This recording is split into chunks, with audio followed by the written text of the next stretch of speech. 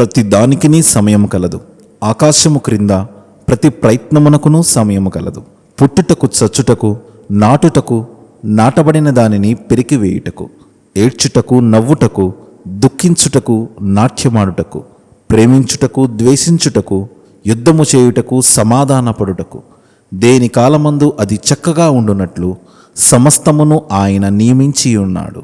ఆయన శాశ్వతకాల జ్ఞానమును నరుల హృదయమందుంచి ఉన్నాడు. కానీ దేవుడు చేయు క్రియలను పరిశీలనగా తెలుసుకొనుటకు నరునికి ఆ జ్ఞానము చాలదు.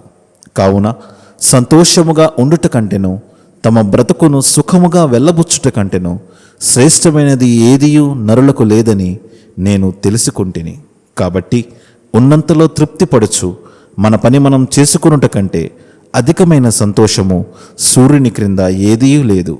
అట్టి సంతోషము ఆ ప్రభువు నేడు నీకు దయచేయునుగాక. ఆమెన్.